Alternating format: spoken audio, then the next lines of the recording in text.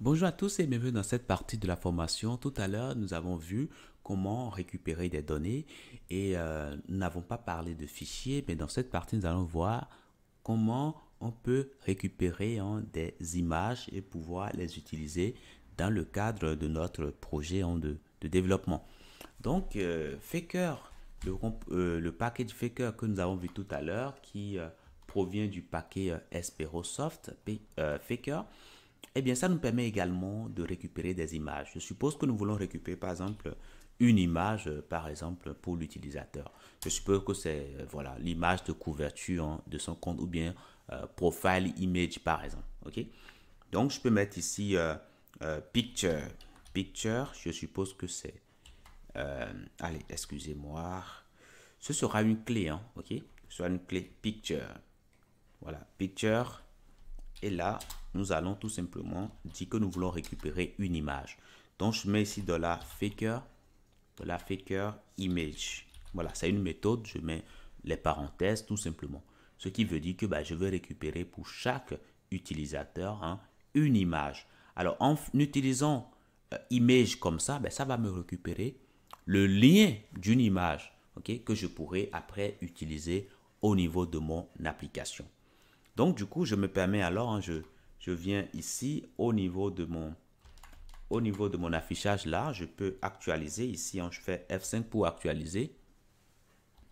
Et là, c'est bon, vous voyez que là, c'est bon, nous avons désormais Picture et nous avons ici un lien, ok? Donc, je peux cliquer là-dessus pour qu'on aille voir. Et là, vous voyez que il s'agit d'une image, hein.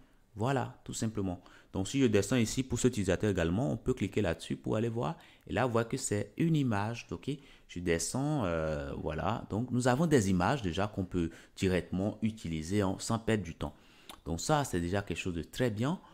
Maintenant, oui, ce que nous allons faire pour voir la quintessence de tout ceci, c'est de produire rapidement une interface et utiliser ces données-là pour produire des affichages. Ok, voilà. Donc, pour l'instant, on arrive bien à récupérer les images. Donc, ça, c'est déjà quelque chose de très bien. Mais pour exploiter ces données pour les afficher, on peut penser rapidement à créer une vue. Ok, on peut penser à créer une vue.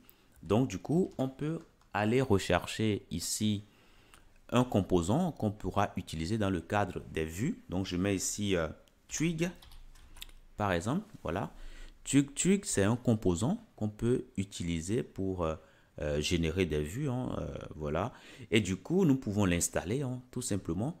Donc, je prends ici la commande et nous irons tout simplement l'installer au niveau de notre projet. Donc, je mets twig. Voilà, je mets la commande. Je patiente juste un tout petit peu.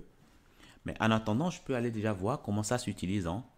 Donc, quand je descends ici, je vois ici le lien vers la documentation. Je peux aller sur la documentation rapidement. Et quand je descends ici, alors je vais regarder ici, installation.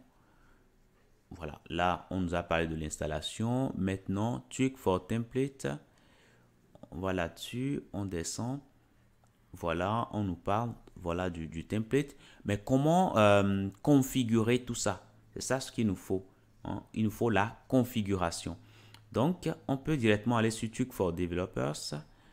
On descend légèrement et là, on nous explique comment on peut démarrer cela. Voilà. Vous voyez, donc, on nous explique tout ça. Et c'est quelque chose de très simple, très, très, très simple. Donc, on commence dans un premier temps par faire quoi? Par mettre require on vendor autoload. Nous, chez nous, c'est déjà fait, donc c'est parfait. Maintenant, on va mettre ici le loader, ok, qui va charger le dossier dans lequel se trouve Twig. Donc, je peux prendre ça tout simplement.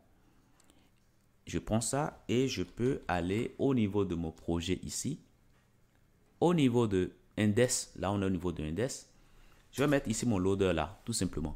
Alors, comme ce que je vous ai dit tout à l'heure, vous pouvez simplement dire que, voilà, vous pouvez dire que vous allez faire un use en haut là.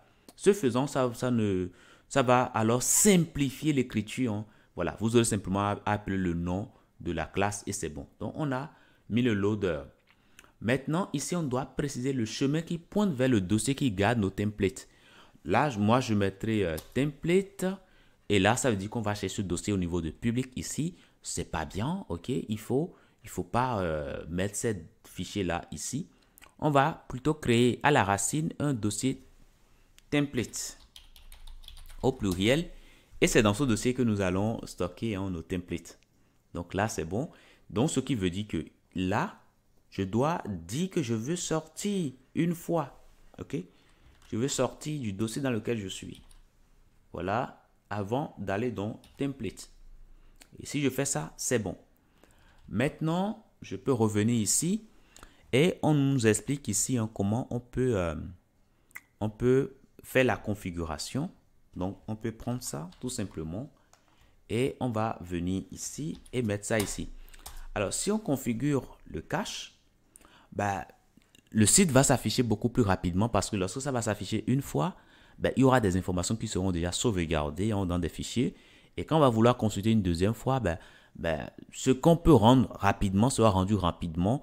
Mais ce qui va nécessiter qu'il y ait des informations qui viennent du serveur, oui, ces informations-là viendront du serveur. Donc, en utilisant le cache, bien que ce n'est pas obligatoire, mais en l'utilisant, ça nous permet d'améliorer les performances. Donc, comme ce que je vais toujours dire, on va mettre un use en haut. OK. Voilà. Donc là, c'est bon. Là, je décale un peu. On a le loader. Ici, on a la configuration. Là, on doit indiquer le chemin qui pointe vers notre cache. On va créer un dossier ici qui va s'appeler var. Et à l'intérieur de ce dossier var, nous allons créer un dossier qui va s'appeler cache. Et c'est plutôt à l'intérieur de ce dossier-là que nous allons stocker nos caches. Donc, du coup, je vais indiquer le chemin. Comme je vous ai dit tout à l'heure, on est dans un dossier qui nous oblige à sortir une fois. OK? Donc, du coup, nous allons sortir une fois. Alors, donc là, j'indiquerai que je vais sortir une fois.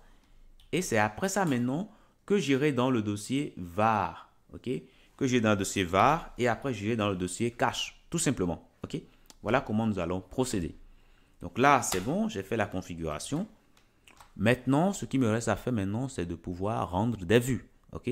Je peux mettre tout simplement ici template et puis prendre ici trig load pour indiquer voilà, le fichier que je veux afficher. Et ce fichier doit se trouver alors au niveau de notre dossier template ici. OK? Donc, je vais commencer alors par créer un fichier ici qui va s'appeler ici base.trig .html pardon .html.twig. Voilà, tout simplement. Et du coup, ici, nous allons créer la structure minimale de HTML. Donc là, c'est bon. Donc, dans la prochaine partie, nous allons continuer. Je vous dis merci et à tout de suite.